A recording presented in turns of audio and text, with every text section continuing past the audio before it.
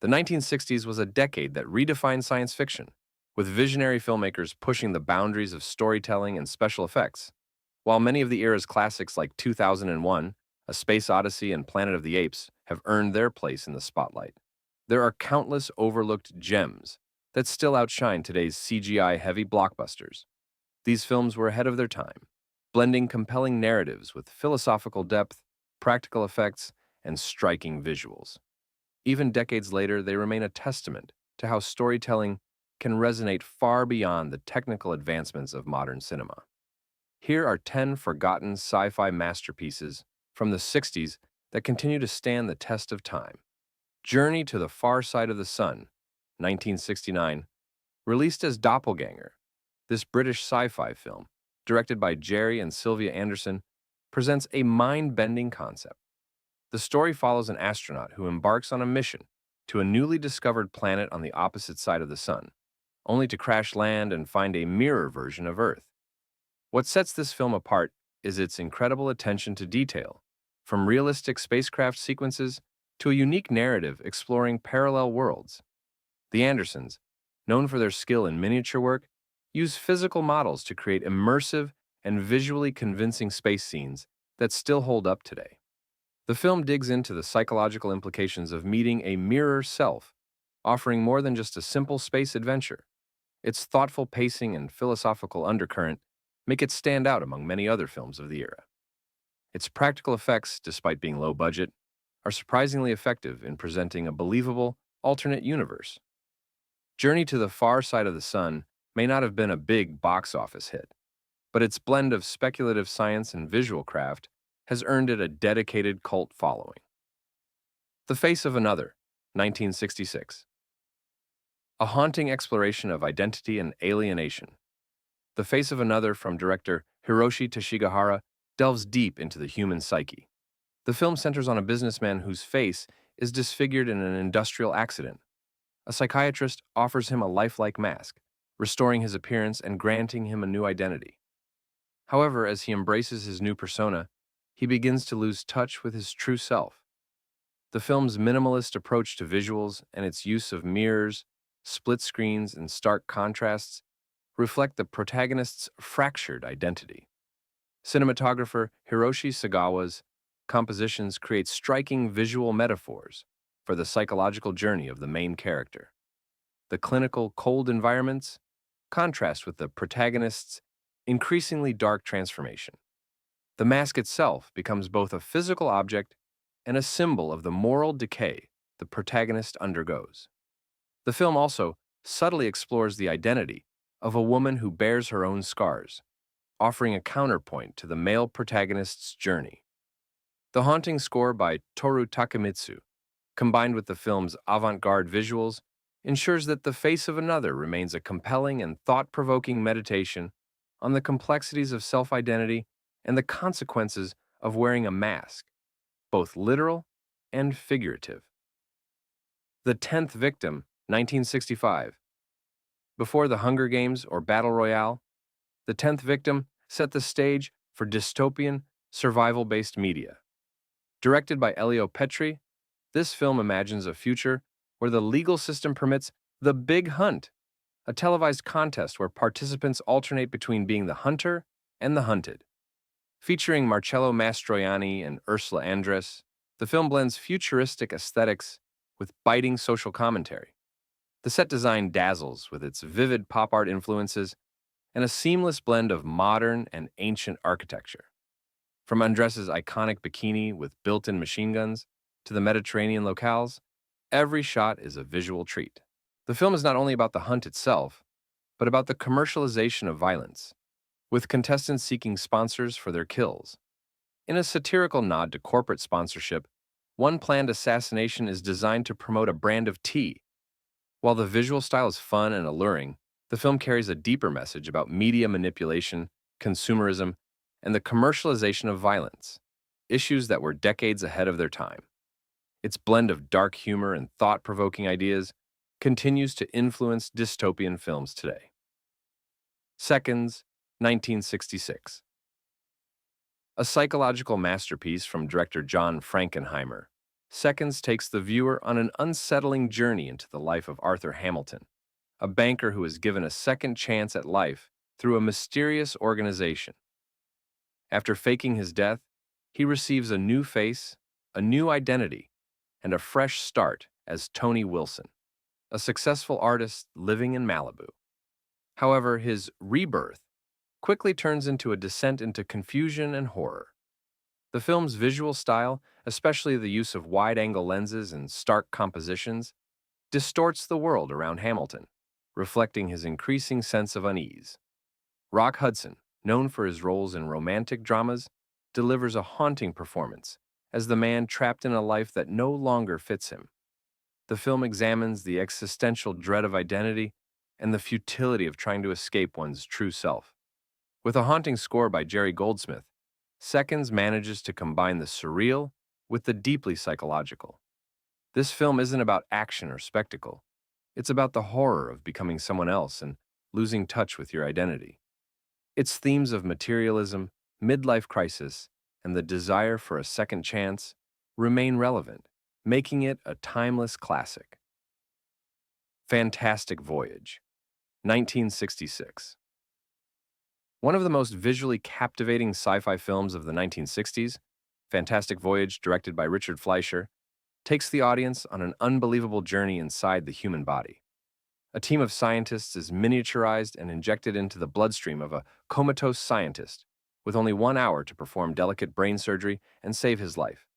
The film's groundbreaking special effects make the human body's inner workings appear as a vast, unexplored landscape.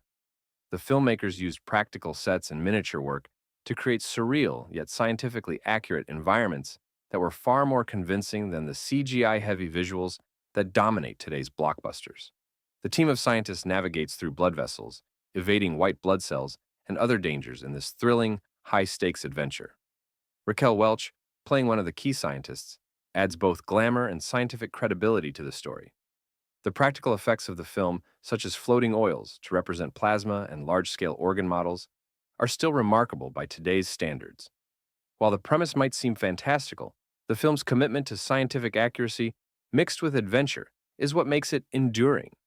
It combines intellectual curiosity with thrilling visuals, delivering a captivating experience that inspires awe. The creation of the Humanoids, 1962.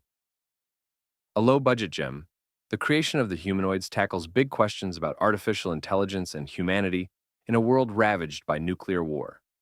The film takes place in a future society where robots, known as humanoids, are created to perform essential labor as Earth's population dwindles. Despite their physical similarities to humans, these robots are seen as inferior by a growing anti-robot movement. What sets this film apart is its deep dive into the ethics of creating artificial life. Instead of relying on explosions or action scenes, director Wesley Berry explores philosophical debates about consciousness, humanity, and the morality of artificial beings. The film uses minimal special effects, relying instead on thoughtful dialogues and ideas. The humanoids, portrayed through makeup, are depicted in a way that makes them both uncanny and strangely sympathetic, reflecting the tension between humans and robots.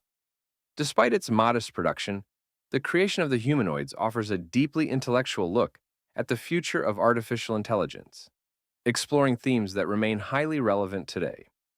This film, though overshadowed by more famous sci-fi titles, offers a thought-provoking meditation on human nature and technology. Alphaville, 1965. Jean-Luc Godard's Alphaville is a stylish blend of film noir and dystopian science fiction, set in a futuristic city ruled by a tyrannical computer named Alpha 60. In this bleak world, emotion and individuality are outlawed, and society is tightly controlled by the machine. Lemmy Caution, a secret agent, is sent to Alphaville to track down its creator, but as he dives deeper into the city, he discovers the sinister nature of its governance. Godard's decision to shoot in modern-day Paris, using contemporary architecture as the backdrop for his dystopia, was revolutionary. The stark contrast between the sleek, impersonal city and the human characters creates an eerie and powerful visual. With his jump cuts and disorienting editing, Goddard reflects the fragmentation of human life in an increasingly controlled and depersonalized society. The film's most striking element is the portrayal of Alpha 60, which is represented not by a massive computer, but by a disembodied voice and a pulsating light, making it even more menacing. The film's exploration of totalitarianism, control of language, and the suppression of emotion resonates today, influencing everything from Blade Runner to The Matrix. The Last Man on Earth, 1964. Before The Walking Dead or I Am Legend, 2007, there was The Last Man on Earth. Based on Richard Matheson's novel I Am Legend, this film follows Dr. Robert Morgan, played by Vincent Price, who believes he is the last human survivor of a plague that has turned the rest of humanity into vampire-like creatures. Set in an abandoned Italian city, the film creates an eerie atmosphere of desolation, utilizing the stark contrast of an empty, apocalyptic world. What makes The Last Man on Earth stand out is its psychological depth. Instead of focusing on action, it delves into Morgan's daily routine, showcasing his mental deterioration as he battles loneliness and despair. Unlike modern zombie films that often prioritize violence and spectacle, this film focuses on the philosophical questions of survival, morality, and what it means to be human. Vincent Price, famous for his theatrical horror roles, gives a restrained yet powerful performance, capturing the despair and isolation of his character. Its influence can be seen in numerous post-apocalyptic films, though none have quite captured its unique mix of introspection and tension. Fahrenheit. 4/51, 1966. Adapted from Ray Bradbury's classic novel, Fahrenheit. 451 is a dystopian tale about a future where books are banned and firemen are tasked with burning any that are found. Directed by Francois Truffaut, this film explores the consequences of censorship, intellectual conformity, and the suppression of knowledge. Instead of using traditional exposition, Truffaut masterfully builds this world through visual storytelling, with interactive wall-sized televisions and ubiquitous pill consumption. The casting of Julie Christie in dual roles as the wife and a rebellious teacher is a brilliant touch, underlining the film's exploration of identity and resistance. The use of vibrant colors and stark, clinical settings contrasts the sterile, controlled society with the hidden world of literature. Truffaut's adaptation stays true to the novel's message while using the medium of film to enhance its philosophical depth. Unlike modern dystopian films, which often focus on action and spectacle, Fahrenheit 451 is a meditative, intellectual film about the importance of free thought and the dangers of complacency. Its relevance has only grown in today's world, where the battle for intellectual freedom continues. Quartermass and the Pit, 1967.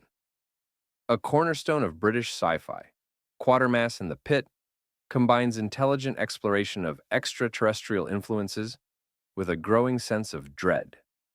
In this Hammer production, a team of scientists working on an excavation of the London Underground discovers strange fossils and an alien spacecraft. As they investigate further, they uncover evidence that suggests extraterrestrials have influenced human evolution and implanted psychic abilities in the human race. What makes this film so compelling is its slow burn approach to the horror of discovery. Director Roy Ward Baker builds tension as the characters gradually piece together the shocking truth, leading to an apocalyptic conclusion. The film tackles themes of human violence, evolution, and race memory in ways that feel ahead of its time, addressing topics that are still relevant today. The practical effects, while limited by the era's technology, are remarkably effective in creating a sense of alien dread. The performances, particularly from Andrew Keir as the titular Professor Quartermass, ground the sci-fi concepts in reality, making them all the more terrifying. The film's intellectual ambition elevates it far above many other sci-fi films of the period. These 10 forgotten sci-fi films from the 1960s prove that great storytelling and creative filmmaking are timeless. While modern technology may have advanced, the depth, innovation, and thought-provoking themes of these classics continue to resonate. So, next time you're in the mood for something truly unique, revisit these hidden gems. You might just find that they still offer more than today's blockbuster spectacles.